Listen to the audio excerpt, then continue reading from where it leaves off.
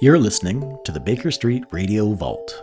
I'm your host, John Rhodes, and every week I dust off another vintage mystery from radio's golden age, beautifully restored and hand-picked just for you.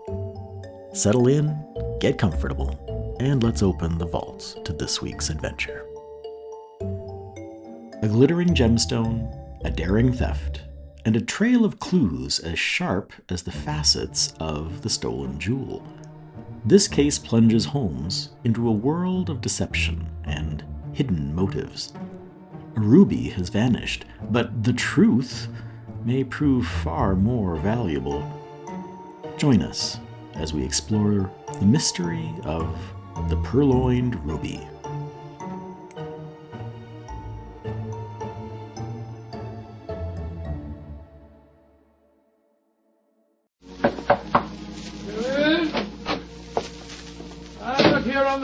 Mr. Foreman. Come on out and join me. Admiring the sunset, eh, Doctor? Yes, my boy. It's a particularly beautiful one. Well, where are the puppies this evening? Asleep on a favorite tweed coat of mine that's just come back from the cleaning. And you hadn't the heart to move them, I suppose. No, I hadn't. Little fellows looked so comfortable. In fact, I sometimes wonder if these... but you haven't come here to listen to a dissertation on the behavior of dogs? Well, it is getting near story time, Doctor. Yes, of course it is. Well, just let me... get my pipe properly lighted. That's it. The story I'm going to tell you tonight began in 1909. I received a telegram from my old friend telling me that he was leaving his Sussex bee farm and coming to London for a few days. I hadn't seen the great man for several months, so naturally I went to Victoria Station to meet him. As the train drew to a stop, the door of a first-class carriage swung open and Sherlock Holmes, hand outstretched, jumped down onto the platform to greet me. Watson, my dear fellow, how are you? Oh, Holmes, my dear fellow, it's good to see you again. I've missed you. And are you, old chap? Any of bake, sir? Yes, Porter, and get us a hansom cab, will you? Right, you all got me. I wish I'd got a spare room for you. Don't worry, Watson. I shall be very comfortable at the Diogenes Club. By the way, I trust you're free this evening. Yes, naturally. What are your plans? I thought we'd go to the theatre. The theatre? Oh, what play do you want to see? Oh, I thought we'd go to the Savoy Theatre and see the Sherlock Holmes play. I hear it's enormously successful. Yes, I know it is, but I've avoided it. I'm told that Sir Claude Horton takes great liberties with your character, and as for the actor portraying me, my friends tell me it's a travesty. He makes me nothing but a bumbling old fool. Therefore, a visit to the play might be a salutary experience for both of us. In any case, my trip to London is in response to an urgent telegram from Sir Claude himself. Seems to need my help rather badly. Oh, what's his trouble? Well, he wasn't specific in his telegram. He suggested, however, that we attend tonight's performance and discuss the matter with him afterwards. I see. Well, I suppose if you can sit through it, I can. Of course you can, old fellow. In any case, you yourself are partly responsible for the play's existence. How do you mean, Holmes? Those sensational stories you wrote of my modest problems, I should have seen where they would eventually lead to. In time, no doubt, it shall be portrayed on the cinematograph as well. Nonsense, Holmes. That newfangled thing's only a toy. I think not, Watson. We're on the edge of a strange new mechanical world. In fact, I begin to feel a certain concern about the rumored developments in wireless telegraphy. But enough of these predictions. Here comes our porter with a cab. We'll tell the driver to take us straight to the Savoy Theatre.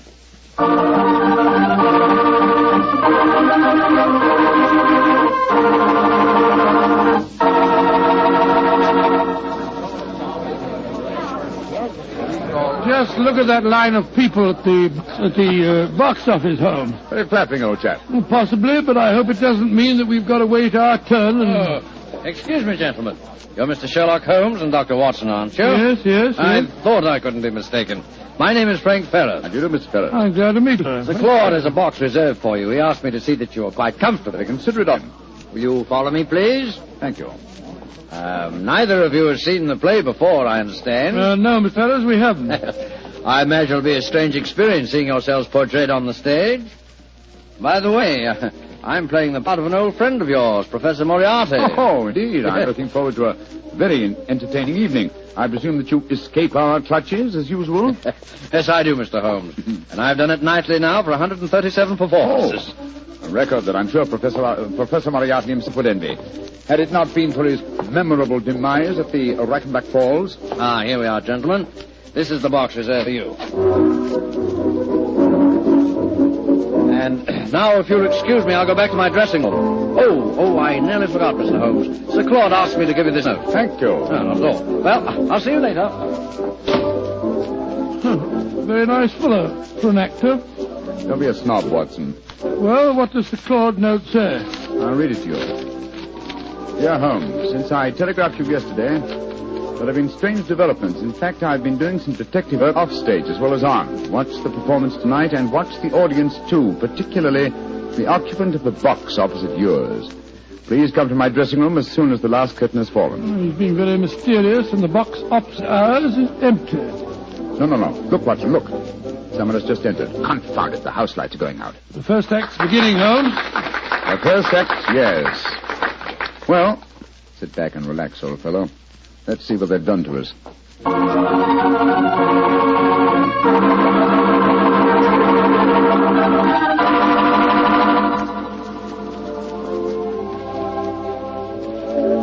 Well, what did you think of the first act, Holmes? Huh?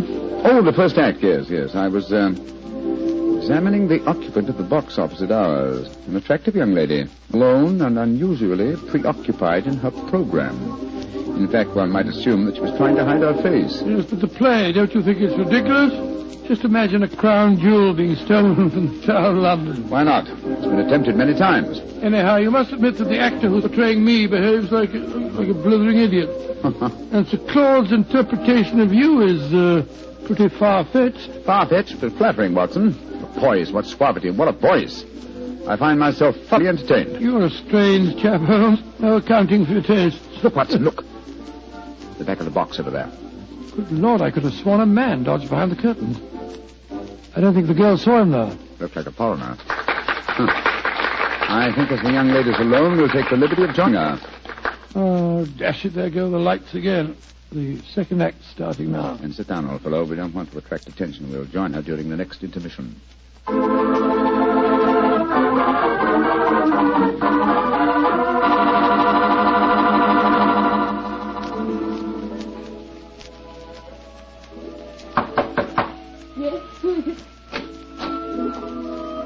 are you?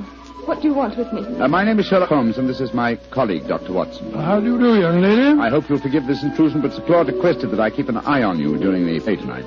Please come in and sit down, won't you? Thank you. Oh, this is very kind of you. You must forgive my abruptness just now.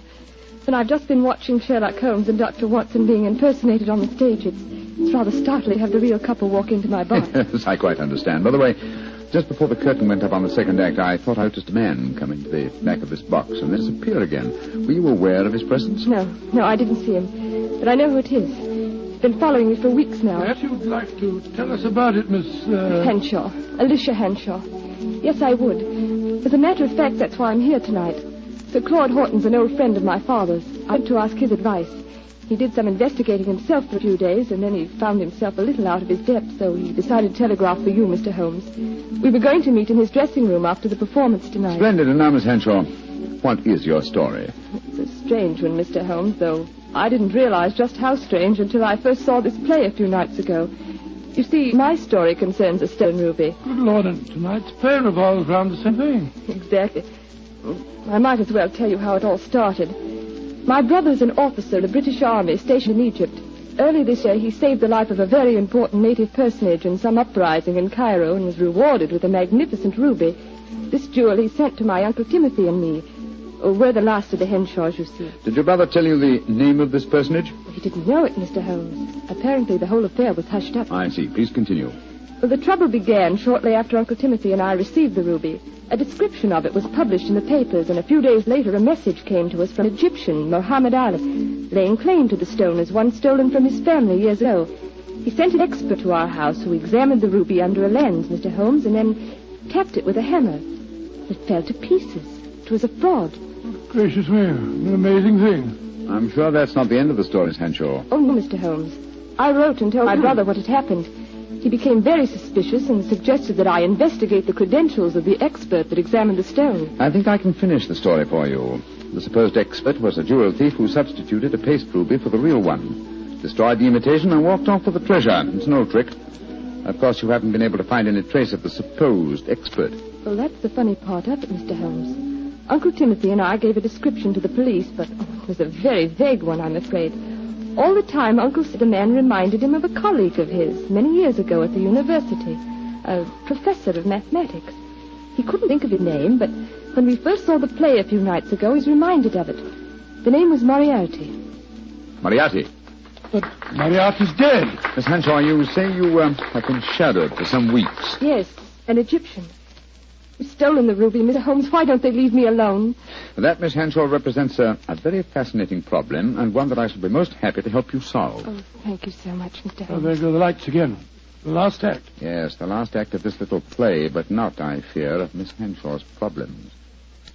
Let's meet after the act in Sir Claude's dressing room, shall we?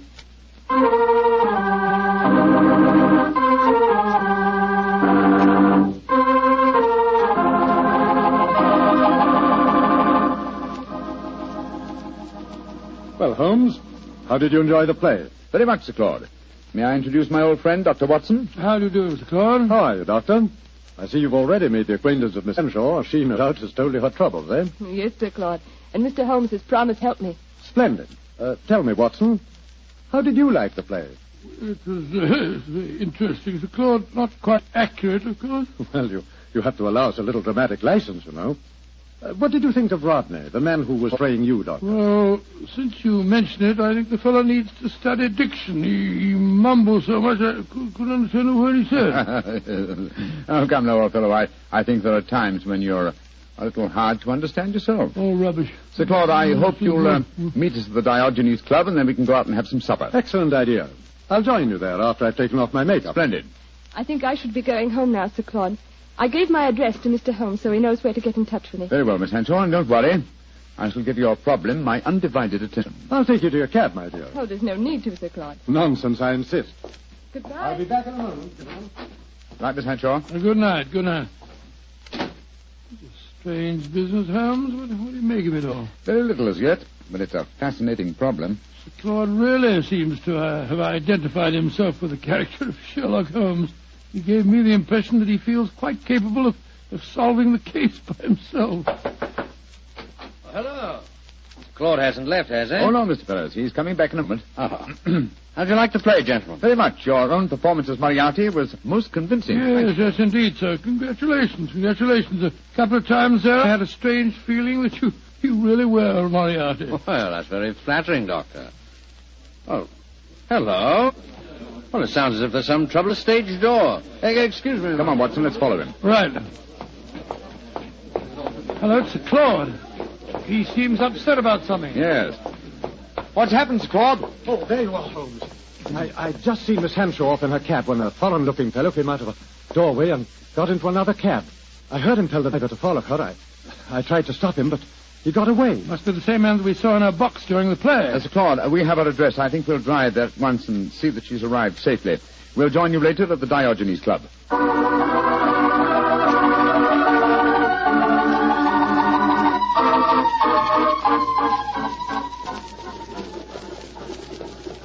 Well, Holmes, here we go.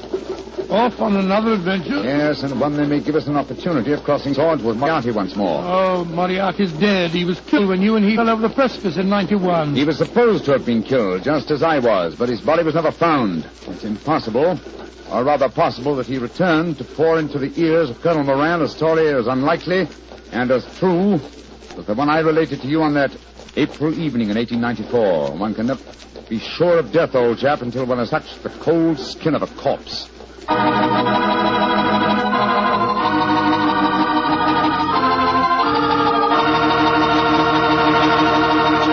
As we rejoin our story, Sherlock Holmes and Dr. Watson are standing in a darkened alleyway adjoining the girl's house. Holmes, look.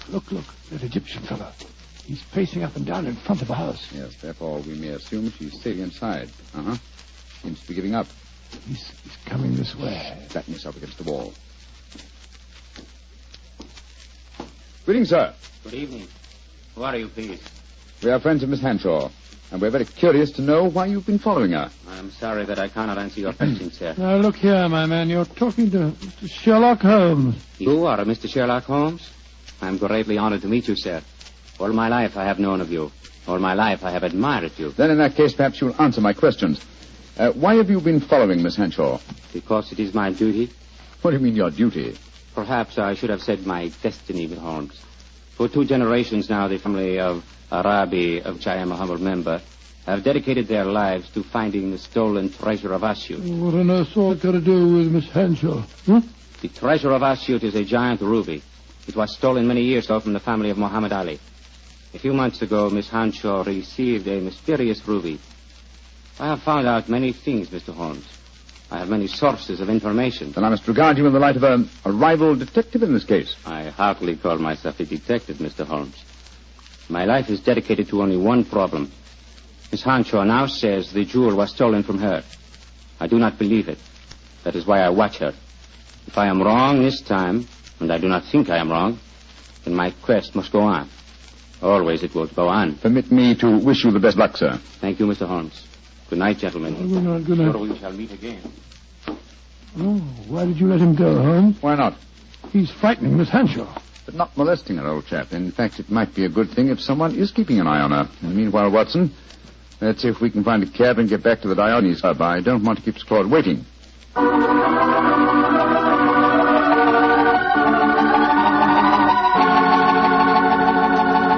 Laura, has Sir Claude Horton arrived yet? Yes, Mr. Holmes. He and another gentleman came in about 5 minutes ago. They went up to the library. The other gentleman has just left. I see, thank you. This way, Watson.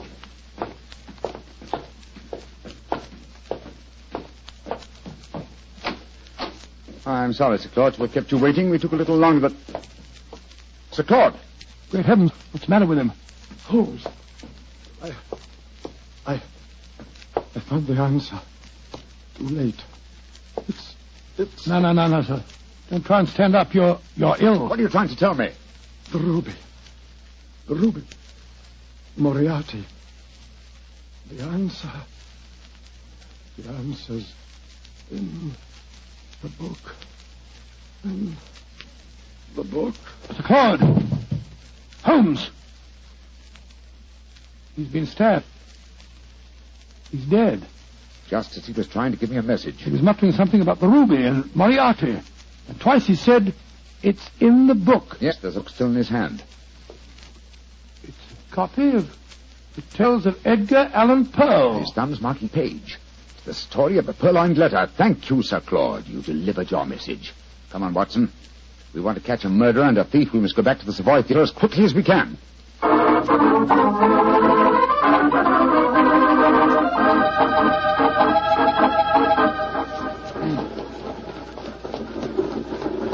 Why do you suppose Sir Claude was murdered? Because I was too curious. Been investigating the problem of his stolen ruby and found out something. Something he promised to tell me at supper, you remember? And so he was killed by a man who came with him to the club tonight. Fortunately, he gave me a clue by indicating Poe's story of the Purloined letter. But I still don't see how that helps you. Well, it leads us to the ruby. The premise of Poe's story is that the most obvious hiding place is the safest. Now, what physical object was most prominent on the stage in tonight's play? By Jove. A ruby. Exactly. How better can you hide a stolen ruby than by exhibiting it night after night as a stolen ruby before the eyes of thousands? Well, you mean you expect to find it in the property room backstage? Precisely. That and a murderer. Wait, fellas, Kay. Come on, Watson. You have your revolver, old chap? Yes, I do. Well, keep it handy. Our visit may not be unexpected. Unlocked. That's good. Come on. Look, Holmes, look. The doorkeeper. He's slumped over his desk. Been given chloroform. We'll take the liberty of borrowing his lantern. It's an eerie atmosphere about a dark and empty theatre, isn't there, Holmes? Now, where would the stage properties be kept, I wonder? Hold the lantern a little higher, will you, old fellow? Yeah. That's it. Aha, look over there. A large cabinet. It's marked Property Department. And it's unlocked. Oh, this is frighteningly easy. Let's look out for a trap. Now, let's see. Look. There's the ruby, lying on that tray. Hold it up under the lantern, Watson. Exactly. It's as I thought. This is no paste stage property. It's a genuine ruby. By the light of this lantern, it's very hard. Down, Watson, quick! He nearly got us. smashed our lantern. Yes, he's got an air rifle, a powerful one, too, confound. There's no flash to indicate where he's firing from. Of course, he's baited his trap so neatly that he knows exactly where we I'm are. going to take a shot at him. I can't see anything, but at least it'll let him know that we're armed. Now move your position quickly, Watson. Just missed me, Holmes. This is hopeless shooting in the dark. Yes. I've got to switch the stage lights on. Keep him occupied, old fellow, will you? While I try to find the light switches. I've got him. But he can still shoot, confound it. Yes, well, I found the light switch. Keep your eyes skinned, Watson. I'm turning it on. There he is, Holmes, up in that box. Getting away. After him, Watson. We can jump over the footlights into the box.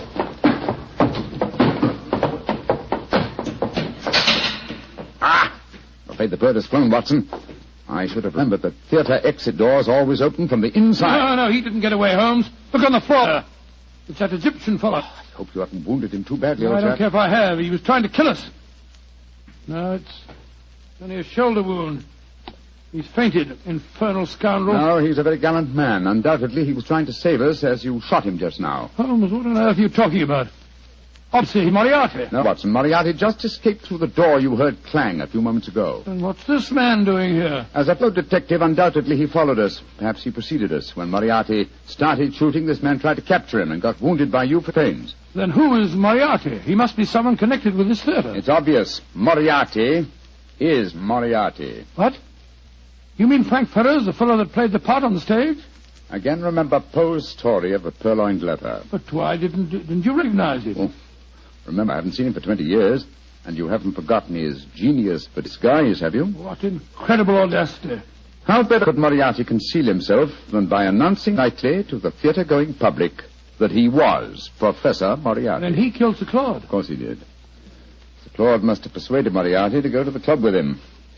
Probably he hoped to expose him in front of me, but Moriarty found out that Sir Claude knew too much. Yes. So he stabbed him. Rushed back here to bait his trap for us. Yes. But how did he know that we'd walk into it? Well, he knew that if Sir Claude had guessed his secret, then I certainly would, and so he was waiting for us. Hello. He's coming too. How are you feeling, my man? The ruby. The ruby. Did you find the ruby? Yes. Here it is, sir. Tell me, is it the ruby of Muhammad Ali? No. It is a fine stone, but it is not the one for which I have searched all my life. So my endless quest must go on and on. He's fainted again. Poor Paul. Fine mess I made of this case, Watson. Oh, I don't know. You've recovered the ruby? Yes, look at it, old fellow. Before I turn it over to Miss Hanshaw, look at it well. Probably its every facet stands for a bloody deed. It's a beautiful stone. And yet this lovely bauble cost Sir Claude his life. And that devil Moriarty still goes free. But one day, Watson, and may the day come soon, I shall meet Moriarty again. And when that happens and I finally bring him to justice, then and only then can you write fini to the character of Sherlock Holmes.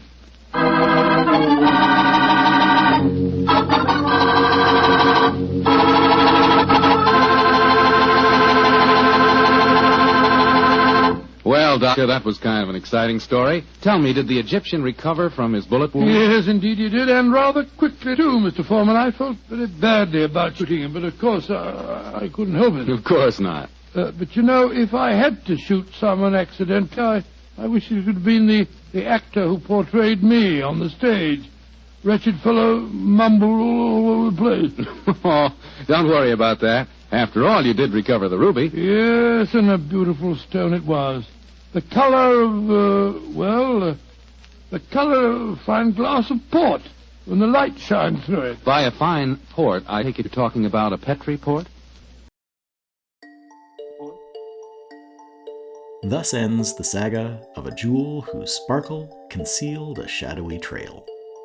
Holmes has returned the ruby to rightful hands, proving that even the most dazzling treasures cannot escape the light of reason. As we tuck this case back into its velvet-lined corner, we're reminded that truth, like a gemstone, shines brightest when held up to careful scrutiny. Thanks for visiting the Baker Street Radio Vault. I'm John Rhodes, and I hope you enjoyed stepping back into radio's golden age with me. If you enjoyed this performance, consider following the show so you never miss an episode. And if you'd like to support the preservation of old-time radio, share the podcast with a friend. Until next time, keep your wits about you, trust your deductions, and as the great detective himself might say, the game is afoot.